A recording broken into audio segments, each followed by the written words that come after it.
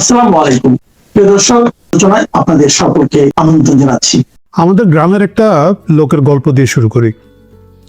লোকটা 10 বছর জেলে ছিল, 10-12 বছর জেলে ছিল, তারপরে গ্রামে ফিরেছে। গ্রামে ফেরার পরে কিছুদিন পরে শুনলাম লোকটা হাসপাতালে। কি হয়েছে? যে হাত পুরোটা কেটে গিয়েছে। কিভাবে কেটে গেল? লোকটা যখন জেলে ছিল 10 বছর ধরে, তার একটা স্বপ্ন ছিল যে এক সময় মুক্ত বাতাসে ফিরে যাবে। যখন সে ফিরে যাবে তখন সে গিয়ে গ্রামে ধান মাড়াই করবে এবং গরুর লেজের মধ্যে মুচড় দিবে। এই স্বপ্ন দেখে দেখে সে দীর্ঘদিন জেলে ছিল। জেল থেকে যখন ফিরেছে গ্রামে ফিরে গিয়ে দেখছে এখন আর ধান মাড়াইয়ের জন্য গরু ব্যবহার করা হয় না, এখন ধান মাড়াইয়ের জন্য একটা মাড়াইয়ের যন্ত্র হয়ে গেছে। গ্রামের উঠানে এখন সেই যন্ত্র দিয়ে ধান মাড়াই করা হয়। সে গরুর লেজ মনে করে ধান মাড়াইয়ের যন্ত্রের পেছনে মুড়া দিতে গিয়ে তার হাত কেটে ফেলেছে। এই হলো ঘটনা। গল্পটা মনে পড়লো আমাদের শিক্ষামন্ত্রী এহসানুল হক মিলনকে দেয়। 18 বছর আগে তিনি ক্ষমতাচ্যুত হয়েছেন, তার আগে তিনি আরো আগে শিক্ষামন্ত্রী ছিলেন এবং দীর্ঘদিন ভদ্রলোক গরুর লেজ মুড়া দেওয়ার জন্য নকল বন্ধ করার শিক্ষামন্ত্রী হওয়ার স্বপ্ন দেখেছেন। এতদিনে বাংলাদেশ এগিয়ে গেছে, শিক্ষা ব্যবস্থা পরিবর্তন হয়ে গেছে, প্রেক্ষাপট পরিবর্তন হয়ে গিয়েছে, এই জিনিসটা ওনার আর মনে নাই। এই জন্য দেখবেন সকালে উঠি আমি মনে মনে বলি সারাদিন আমি যেন নকল বন্ধ করতে হবে। এই ভদ্রলোক যেখানে যাকে পাচ্ছেন তাকেই শুধু বলছেন আর নকল চলবে না। এই যে নকল চলবে না আর যুগে রয়ে যাওয়া শিক্ষামন্ত্রী আমাদের জন্য যে বিপদ সামনে ডেকে আনছেন সেটার অবতারণা করার জন্যই আজকে আমি এই ভিডিওটি করছি। সাধারণত আমি ব্যক্তি আক্রমণ করতে যাই না, ব্যক্তি আক্রমণ করি না, আপনারা জানেন যে, কিন্তু শিক্ষামন্ত্রীকে যদি এখনই লাগাম টেনে না ধরা হয় তাহলে দেশের আগামী ভবিষ্যৎ আরো অন্ধকার হয়ে যাবে বলেই আজকে আমাদেরকে কথা বলা শুরু করতে হয়েছে। সরকারের একেবারে শুরুতেই এই ধরনের কথা বলতে চাই না। অধিকাংশ মন্ত্রীরা এখনো পায়ের নিচে মাটি পান নাই, তাদেরকে সকলেই আমরা একটু নজরদারিতে মধ্যে রাখবো আগামীতে। কিন্তু বর্তমানে শিক্ষামন্ত্রীকে নিয়ে বেশি বিপদ তৈরি হচ্ছে। এই বিপদটা যে তৈরি হচ্ছে এই কথাটি আমার মনে পড়লো একটা ভিডিও দেখে। আমরা দেখলাম শিক্ষামন্ত্রী ছোট ছোট বাচ্চাদেরকে গিয়ে জাইমা রহমানের চাকর বাকর বানানোর শিক্ষা দিচ্ছেন। আপনারা যারা এই ভিডিওটি দেখেন নাই তাদের জন্য প্রথমে চলুন ভিডিওটি দেখে আসি।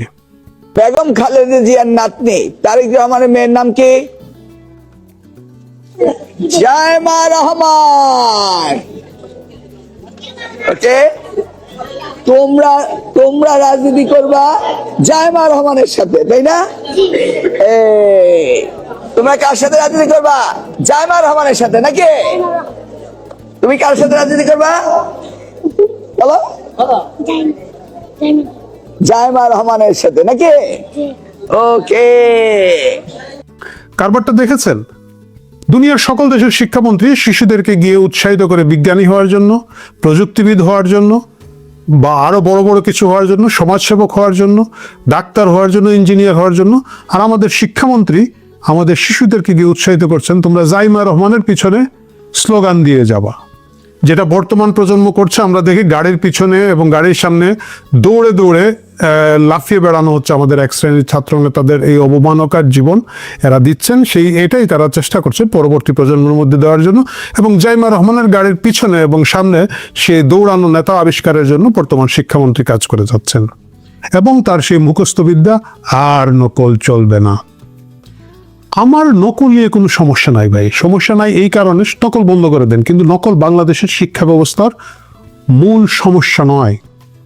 নকল যারা করে তারা নকল করে পাশ করে, তারা ভবিষ্যতে তেমন বড় কিছু হতে পারে না। আপনি নকল করে পাশ করা কোনো ছাত্রকে শুনবেন না বিশাল কিছু হয়ে গিয়েছে, খুব সামাজিকভাবে প্রতিষ্ঠিত তেমন কিছু হতে পারে না। হয়তো হ্যাঁ এমপি হয়, মন্ত্রী হয়, সেগুলো হতে পারে, কিন্তু ভালো জায়গায় তারা আসলে ওইভাবে যেতে পারে না।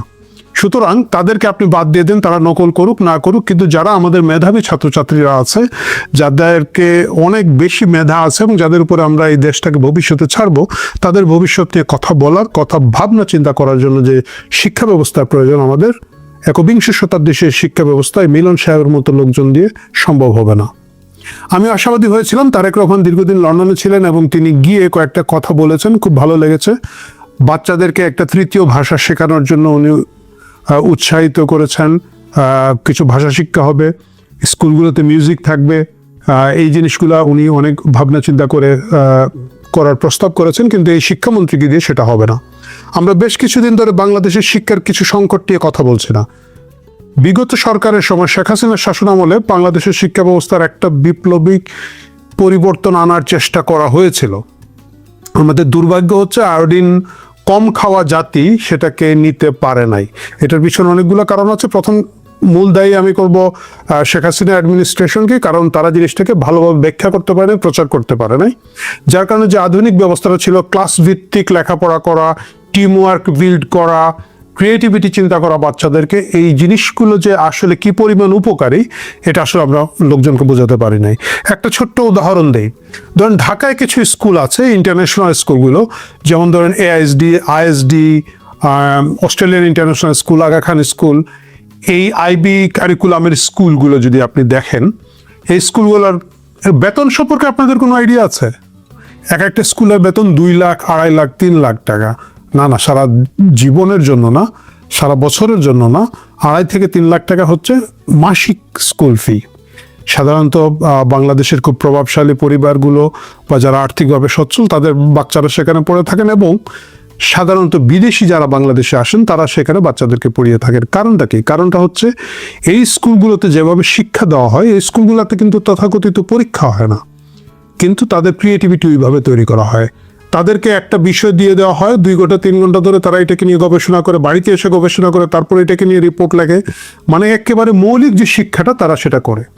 বাংলাদেশে এটা করার চেষ্টা করা হয়েছিল। বাংলাদেশে এটা চেষ্টা করার ফলশ্রুতিতে যেটা হলো, পুরো বদনামটা শেখ হাসিনা সরকারের ঘাড়ে এসে পড়লো, এবং এক শ্রেণীর অভিভাবক এবং শিক্ষক নামদারি নেটওয়ার্ক এরা এটার বিরুদ্ধে ব্যাপক আন্দোলন শুরু করে দিল।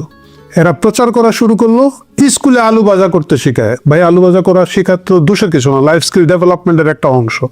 স্কুলে আলু ভাজা করা শেখায়, তারপরে স্কুলে আলু ভর্তা শেখানোর জন্য পাঠাচ্ছে নাকি। আরে পরীক্ষা না হইলে, কারণ এই শ্রেণীর অভিভাবকদের মূল কাজই হচ্ছে গিয়ে কোচিং টু কোচিং বাচ্চাদেরকে নিয়ে দৌড়াদৌড়ি করা, সাজেশন নেওয়া, পরীক্ষাতে মুখস্থ করে দিয়ে দেওয়া। বিশ্বাস করুন, এই বর্তমান শতাব্দীতে এসে এই শিক্ষা আমাদের আসলে খুব একটা কাজে লাগবে না। আমি যদি আমাদের উদাহরণের কথা বলি, আমরা যখন আমি একটা জেলা স্কুলের ছাত্র, এবং সেই স্কুলে স্যাররা খুব ভালো রেজাল্ট হতো আমাদের এসেতে। স্যাররা আমাদেরকে শিখিয়ে দিতেন, হয় এই ক্রপ গ্রুপের 3টা পড়বা। ক্রপ গ্রুপ কি? জুট, টি, রাইস, এই 3 রচনার একটা পড়বা, কারণ SSC-তে ক্রপ গ্রুপ থেকে একটা আসবে। অথবা জার্নি গ্রুপের 3টা পড়বা। এগুলো কি? Journey by boat, journey by train, journey by bus. আমরা মুখস্থ করে উগলে দিয়ে ইংরেজিতে খুব ভালো মার্ক পেয়েছি। মানে সব, আমার কথা বলছি না স্কুলের সব আমি খারাপ ছাত্র, বাট ভালো ছাত্ররা ভালো ভালো রেজাল্ট করেছে, কিন্তু আমাদের ইংরেজি শেখা হয় নাই। তারপরেও একটা সুবিধা ছিল, তখনকার শিক্ষা ব্যবস্থার মধ্যে কিছু হইলো লেখাপড়ার একটা চেষ্টা ছিল, কিন্তু এটা এইদিকে চলবে না। সো আমাদের এই যে সংকটের জায়গাটা তৈরি হচ্ছে, এইটাকে নিয়ে ডিল করাটা হচ্ছে শিক্ষামন্ত্রীর কাজ। তিনি এই কাজটা করছেন না। ভয়ঙ্কর একটা জিনিস আছে আমাদের দেশে, যেটা হচ্ছে স্কুল থেকে বাচ্চারা ঝরে পড়ার হার গত কয়েক বছরে প্রচণ্ড বেড়েছে। সাধারণত লেখাপড়ার যে ঊর্ধ্বগতিটা ছিল এটা নাই, এখন স্কুল থেকে ড্রপ আউট বেড়ে যাচ্ছে। এটার অনেক গবেষণা আছে, আমি এই ভিডিওতে আপনাদেরকে ওইসব ভারী ভারী কথা বলে মাথা ভারী করতে চাই না, গুগল করলে দেখে নেবেন। এবং অন্যদিকে যেটা হচ্ছে, আমাদের মাদ্রাসা শিক্ষায় প্রচুর বাচ্চারা চলে যাচ্ছে, ব্যাপক সংখ্যক লোকজন মাদ্রাসায় চলে যাচ্ছে। আমাকে ভুল বুঝবেন না, আমি মাদ্রাসা শিক্ষার বিরুদ্ধে না, কিন্তু বর্তমান যুগে শুধুমাত্র ধর্মীয় জ্ঞান নিয়ে আমরা যদি লাখ লাখ তরুণ তরুণী তৈরি করি এই দেশের মধ্যে, তারা পরবর্তীতে দেশের অন্যান্য সেক্টরে কিভাবে লিডারশিপে আসবেন সেই প্রশ্নটা কিন্তু রয়েই যায়। এইখানে কাজ করার সুযোগ আছে, এইখানে কাজ করার সুযোগ আছে। কেন মাদ্রাসা শিক্ষার এত বিস্তার হচ্ছে? মানে মানুষের শিক্ষার আগ্রহের জায়গাটা একটু কমে নাই, সেটা আছে, তাহলে ওইখানে কেন যাচ্ছে? আপনি দেখবেন ঢাকা শহরে যে ছোট ছোট অনেক ধরনের মাদ্রাসা তৈরি হচ্ছে, এগুলো এক ধরনের ডে কেয়ার সেন্টার হিসেবে কাজ করছে। কর্মজীবী শ্রমজীবী নারীরা তাদের বাচ্চাদেরকে ওইখানে দিয়ে নিশ্চিন্ত থাকেন, ওরা ওইখানে থাকে, ওইখানে পড়ে, তথাকথিত হোস্টেলের মধ্যে থাকে। এবং এই যে অন্যান্য ফ্যাক্টরগুলো যেগুলো এই শিক্ষা ব্যবস্থাকে বিস্তৃত করছে, সেটাকে সরকার এইভাবে অ্যাড্রেস করছে না। কারণ এই যে শিশুরা, অপ্রাপ্তবয়স্ক শিশুরা বাইরে থাকছে, তাদেরকে যে শিক্ষকরা এখানের মধ্যে রাতে দিনে ডিল করে থাকেন, তারা শিশু নিরাপত্তা সম্পর্কে কতটুকু বুঝে থাকেন, যৌন সচেতনতা সম্পর্কে কতটুকু বুঝে থাকেন, শিশুর মানসিক এবং শারীরিক বিকাশ সম্পর্কে কতটুকু বুঝে থাকেন, তাদের কি প্রশিক্ষণের ব্যবস্থা হবে, এই জিনিসগুলো কিন্তু এখন ডিল করার দরকার আছে, কিন্তু এটা আমরা করছি না। এবং না করার কারণে আপনি দেখবেন এখন ব্যাপক সংখ্যক লোক সবসময় একটা অ্যাংজাইটির মধ্যে থাকে, একটা রাগ। এটা শুধুমাত্র যে ফেসবুকের বট বাহিনী করে তা কিন্তু না, আপনি সামনে দেখুন লোকজন দ্রুত খেপে যায়, মানে এদের কোনো মানসিক বিকাশ আমরা করতে পারছি না। আমাদের একজন শিক্ষামন্ত্রী দরকার যিনি এই জিনিসগুলো নিয়ে কাজ করবেন। যে কথাটা বলছিলাম একটু আগে, কিছু ভালো ভালো স্কুলের উদাহরণ দিচ্ছিলাম ঢাকার যেগুলোতে হয়। জাইমা রহমান প্রধানমন্ত্রীর কন্যা, তিনি কিন্তু এরকম একটা স্কুলে পড়েছেন যখন দেশে ছিলেন, আইএসডিতে পড়তেন, এবং তিনি পরবর্তীতে যুক্তরাজ্যে এসে বাকি লেখাপড়াটা করেছেন যখন বড় হয়েছেন, এবং আমার বিশ্বাস তিনি এই লেখাপড়ার গুরুত্বটা বুঝেন। তো এখন তাকে অন্যান্যভাবে ফোকাস না করে তাকে বরঞ্চ শিক্ষামন্ত্রী যদি বানিয়ে দেওয়া হয়, আমরা হয়তো কিছু না কিছু উপকার পেতে পারি। কিন্তু এই মিলন সাহেব মার্কার লোকজন এই গরুর লেজ মুচড়ানো শিক্ষামন্ত্রী দিয়ে আসলে আমাদের কোনো উপকার হবে না। আমাদেরকে প্রথমে এই জিনিসটা অ্যাড্রেস করতে হবে, কেন বাচ্চারা স্কুলে যেতে চাচ্ছে না, স্কুলের কোয়ালিটি কিভাবে বাড়ানো যায়, শিক্ষাক্রম কিভাবে বাড়ানো যায়, শিক্ষার অবস্থাগুলো কিভাবে তৈরি করা যায়, এবং এইগুলো করতে গেলে তার পাল্টা কিছু জিনিস আসবে। ওই যে বললাম যে তথাকথিত দালাল নেটওয়ার্ক যারা, এরা এসে তথাকথিত অভিভাবক নাম দিয়ে আন্দোলন করবে, শিক্ষা করবে, সেগুলোকে ডিল করার ব্যাপার, যেটা আওয়ামী লীগ সিরিয়াসলি ফেল করেছে। আওয়ামী লীগ আরেকটা জিনিস সিরিয়াসলি ফেল করেছিল, হেফাজতে ইসলামীর কথা স্কুলের পাঠ্যপুস্তক পরিবর্তন করেছে। আপনি কোনোদিন শুনেছেন যে স্কুলের কোনো লোকের কথা, মাদ্রাসার কোনো পাঠ্যপুস্তকের উপরে কেউ সাহস করেছে পরিবর্তনের কথা বলতে? কিন্তু এই কাজগুলো হয়েছিল, এইগুলো থেকে বেরিয়ে আসতে হবে। বাট এর আগে যেটা ছিল, আমাদের স্কুলের বাচ্চাদেরকে বই দেওয়ার একটা ব্যাপার ছিল। 1 তারিখে একটা বই উৎসব হতো দেশের মধ্যে, যেটা ডক্টর ইউনূস এসে ফেল করেছে, এবং ফেল করে লম্বা লম্বা কথা বলেছে। আমরা ওই 1.5-2 বছর ভুলে যেতে চাই। এই জঘন্য কুৎসিত শাসন ব্যবস্থাকে যত দ্রুত আমাদের মানসপট থেকে, স্মৃতিপট থেকে সরিয়ে ফেলতে পারবো, আমরা মানসিকভাবে তত সুস্থ থাকবো। এরা যে শুধু এখন হামের টিকা বন্ধ করে বাচ্চা মারতেছে তা কিন্তু না, এরা কিন্তু বাংলাদেশের লেখাপড়া 12টা বাজানোর জন্য যা যা করা তা করছিল। আপনাদের মনে আছে, প্রথমবার তো বোধহয় কয়েক মাস বই দিতে পারলো না, পরবর্তীতে এইবার বই দিয়ে গেছে কিনা না আমি জানি না, ফলো করি নাই। আপনারা যারা অভিভাবক আছেন তারা বলতে পারবেন। কিন্তু ওই প্রসঙ্গ যদি বাদ দিই, সিরিয়াস শিক্ষার প্রয়োজন আছে। এবং তারেক রহমানের যে মন্ত্রীরা ফেল করতে যাচ্ছেন বা করবেন বলে আমরা আশঙ্কা করছি, তার মধ্যে নাম্বার 1 মিলন সাহেব। মিলন সাহেবকে বয়স হয়ে গিয়েছে, ওনাকে একটু বিশ্রামে পাঠিয়ে দেন। কারণ হচ্ছে শিক্ষাকে নিয়ে আসলে ছেলেখেলা করার কোনো সুযোগ নাই। এবং আমার বাচ্চা, সাধারণ মানুষের বাচ্চা, জাইমা রহমানের গাড়ির সামনে এবং পিছনে স্লোগান দেওয়ার জন্য জন্ম হচ্ছে যারা ভাবে, তাদেরকে শিক্ষা ব্যবস্থা থেকে দূরে সরিয়ে না রাখতে পারলে আমাদের পরবর্তী প্রজন্ম, আমাদের প্রজন্ম তো গেছে, আমাদের প্রজন্ম বলতে একেবারে জাজেসার স্টেপ ডাউন, জাজেসার ডাটা স্টেপ ডাউন টাইপের লেখাপড়া তো আমরা দেখতেই পাচ্ছি। এই লেখাপড়ার বাইরে গিয়ে পরবর্তী প্রজন্মকে যদি বিশ্বের সাথে তাল মেলানো একটা শিক্ষা ব্যবস্থা আমরা দিতে না পারি, তাহলে এই জাতি কতদিন টিকে থাকবে সেই আশঙ্কা কিন্তু আমার মনে প্রায় জাগে। এই ভিডিওটা আসলে করবার উদ্দেশ্য হচ্ছে, আজকে সারাদিন একটু ব্যস্ত থাকার কারণে সত্যি কথা বলতে যে বাংলাদেশে নববর্ষে কি হয়েছে না হয়েছে, মঙ্গল শোভাযাত্রা বন্ধ করে বৈশাখী শোভাযাত্রা, জামাতের নববর্ষের মিছিল, এগুলো কানে আসলো। এগুলো খুব একটা যে বিস্তারিত দেখতে পেরেছি তা একেবারেই না। কিন্তু একটু স্থির হয়ে যখন মোটামুটি একটা আপডেট দেখতে পেলাম, আমার কাছে মনে হয় যে জিনিসগুলো এত হাসির এবং এই জিনিসগুলো মানে এত কন্ট্রাডিক্টরি এবং এত বেশি প্রশ্নের উদ্রেক করে, আমার কাছে মনে হয় যে এই তরুণ যেই সম্প্রদায় আছে তাদের কাছেই একমাত্র আমাদের আস্থার একটা জায়গা, তাদের কাছে এই প্রশ্নটা রেখে যেতে পারি। তারা এই বয়সটাতে ব্রেইন স্টর্মিং করে, তারা ভাবে, চিন্তা করে, এবং আমার কাছে মনে হয় বড় ভাই হিসেবে তাদের কাছে প্রশ্নগুলো আমি রেখে যেতে পারি। তরুণ প্রজন্মকে বলছি যে মঙ্গল শোভাযাত্রা হতে দেওয়া যাবে না। আমার মনে পড়ে এখনকার যিনি সংস্কৃতি মন্ত্রী আছেন নিতাই রায় চৌধুরী, নিতাই চাচা মনে করতে পারবেন কিনা আমি জানি না, আজকে থেকে বহু বছর আগে, 23 বছর আগে বা 22 বছর আগে উনি এসেছিলেন ইংল্যান্ডে। উনার 2 ছেলেই তখন ইংল্যান্ডে পড়াশোনা করতেন। বড় ছেলের নাম তো সম্ভবত অভিজিৎই হবে, বা যিনি জাজ হলেন আর কি, ওনার বড় ছেলে যিনি বিচারপতি হলেন, 15তম সংবিধানের সংশোধনী তিনি বাতিল করেছেন আরেক জাস্টিসের সাথে, সম্ভবত উনি পার্মানেন্ট হয়নি। তার আরেক ছেলে ছিল মিথুন রয় চৌধুরী, দুই ছেলেই পড়তো ইংল্যান্ডে। তখন উলুইচের একটা বাসাতে আমরা থাকতাম এবং সেখানে তিনি এসেছিলেন। কেন গল্পটা এই কারণে বলছি যে আজকে তো তিনি সংস্কৃতি মন্ত্রী, তো সেই সময়টাতে উনি খুব বলছিলেন, একদিন ব্রেকফাস্টের টেবিলে উনি আমার সাথে একদম একা একা গল্প করছিলাম, খুব সজ্জন মানুষ, ভালো মানুষ। তিনি বলছিলেন যে শোনো, আমি এরশাদের সময় আইনমন্ত্রী ছিলাম, আমার নামে কোনো ধরনের দুর্নীতির অভিযোগ নেই, আর আমি এইসব মৌলবাদী টৌলবাদীদেরকে পাত্তা দেই না, মৌলবাদীরা অনেক কিছু করার চেষ্টা করেছে, নানান ধরনের কথাবার্তা। মনে হয়েছে খুবই সেকুলার টাইপের একজন মানুষ, প্রোগ্রেসিভ চিন্তা ভাবনা করেন। উনি যখন মন্ত্রী হয়েছেন, যদিও এটা উড়ে এসে জুড়ে বসা আমি সরকার বলি, হোয়াট এভার, তিনি যখন মন্ত্রী হয়েছেন তখন এই চাপের মুখে তিনি নতি স্বীকার করেছেন মৌলবাদীদের কাছে। কেন? মঙ্গল শোভাযাত্রা হবে না, হবে হচ্ছে বৈশাখী শোভাযাত্রা। মঙ্গলে কি সমস্যা? মঙ্গল হিন্দুয়ানি শব্দ, এই মঙ্গলে হবে না বৈশাখী শোভাযাত্রা। তো আমি একটু ইন্টারনেট সার্চ করলাম, দেখার চেষ্টা করলাম যে বৈশাখ শব্দটা আসলে কতটুকু মুসলমানি। পরে দেখা গেল যে বৈশাখ শব্দটাই আসলে একটি সংস্কৃত শব্দ এবং এটি এসেছে হিন্দুদের সৌর ক্যালেন্ডারের প্রথম মাস।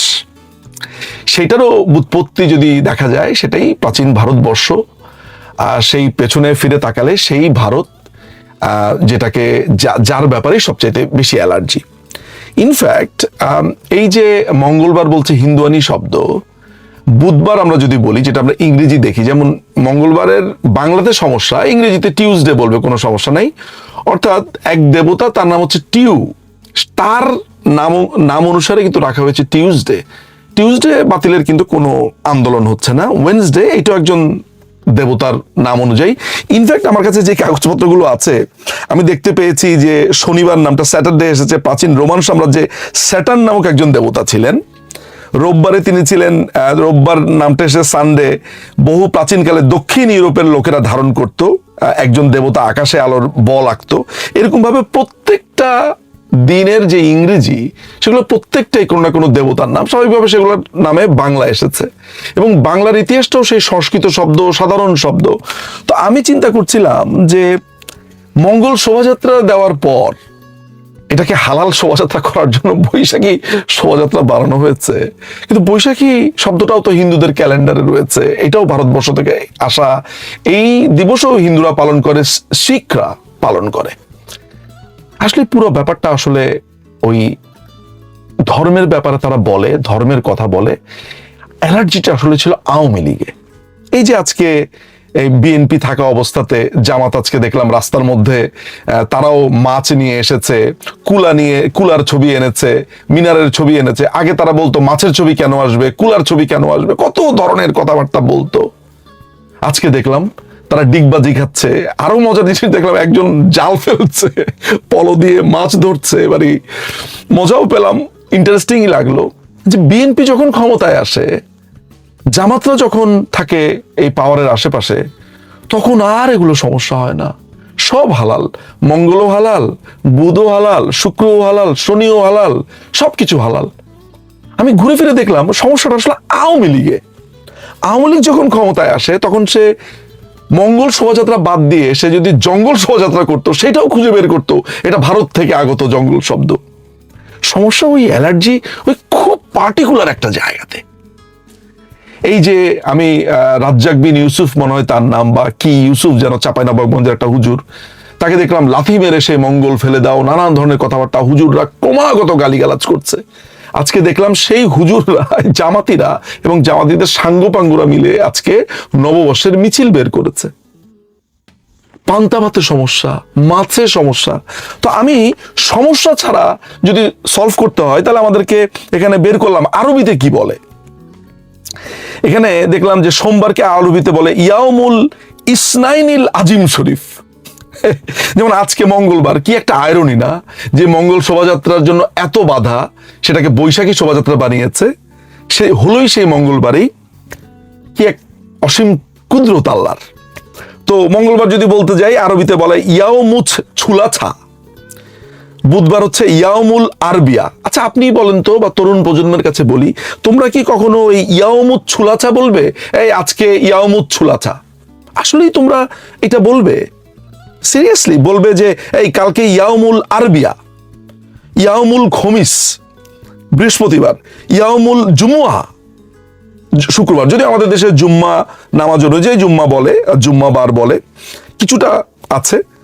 শনিবারে ইয়াউমুস সাbt, ইয়াউমুল আহাদ রোববার। আসলে এরকম কি আমরা কখনো বলি? আরবিতে যেই শব্দটা আমরা বলতে পারি যে আল্লাহকে আমি ভালোবাসি, নবীকে আমি ভালোবাসি, এটা একটা আরবি যেমন সেন্টেন্স হয়, এটা ঠিক একটা হিন্দি সেন্টেন্সও হয় এই একই কথার। এই কথাটার বাংলা সেন্টেন্সও হয়, বাংলাও তর্জমা হয়। অথচ আমরা এই মঙ্গল শব্দটা ওয়েল উইশার বা ভালো চাওয়া, সুস্থ চাওয়া, ওরা বলে কার কাছে ভালো চান? এই মঙ্গল শোভাযাত্রা আপনি কার কাছে চান? পেঁচার কাছে? তা আপনি যে নববর্ষ বৈশাখী শোভাযাত্রা করলেন, এই শোভাযাত্রা আপনি কার জন্য করলেন, কিসের জন্য করলেন? এরকম আজাইরা প্রশ্ন উঠাতে থাকলে উঠানোই যায়। মঙ্গল শোভাযাত্রা কেউ বিধাতার কাছে কখনো করেনি, আল্লাহর কাছে করেনি, অন্য ভগবান ঈশ্বর কারো কাছে কেউ করেনি।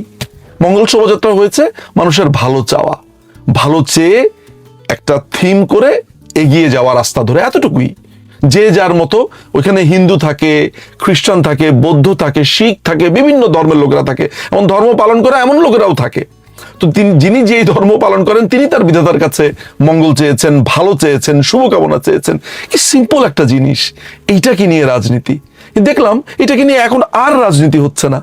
আর এবার তো সুযোগ ছিল যে একটা উটের পিছনে উঠে খেজুর ছিটাতে ছিটাতে মঙ্গল শোভাযাত্রা বা এই বৈশাখী শোভাযাত্রা করা যেতে পারতো, মাথায় টারবাইন বাঁধতে পারতো ওই মধ্যপ্রাচ্যের মতো। এটা কিন্তু তারা একসময় বলতো যে উট কেন নাই, টারবাইন কেন নাই, খেজুর কেন নাই। এবার কিন্তু পর্যাপ্ত সুযোগের পরেও উট নিয়ে তারা শোভাযাত্রা করলো না। মানে তারা মনে করে সৌদি আরব, দুবাই এটাই হচ্ছে মুসলমানের সমস্ত কিছু, এটাই পালন করা। কই করলো না তো। সো যেই কারণে এই ভিডিওটা করা, যে একটা অহেতুক প্রবলেম ক্রিয়েট করে রেখেছে শুধুমাত্র আওয়ামী লীগকে প্রশ্নবিদ্ধ করতে হবে। দেখে এই যে এতগুলো বাচ্চা মারা যাচ্ছে, কোনো আওয়াজ নাই, কারণ বিএনপি ক্ষমতায়। এত রাহাজানি হচ্ছে, মানুষ মারা যাচ্ছে, খুন হচ্ছে, জ্যান্ত কবর দিচ্ছে, একজন সুফি দরবেশকে মেরে ফেলছে, কোনো কথা নাই, বিএনপি ক্ষমতাতে। মসজিদে আর উলুধ্বনি হয় না, কারণ বিএনপি ক্ষমতাতে। আর কোনো ক্ষমতা নাই, তারেক রহমান ইন্ডিয়াতে আসবে, কোনো সমস্যা নাই, কারণ বিএনপি ক্ষমতাতে। সমস্যা শুধু আওয়ামী লীগে।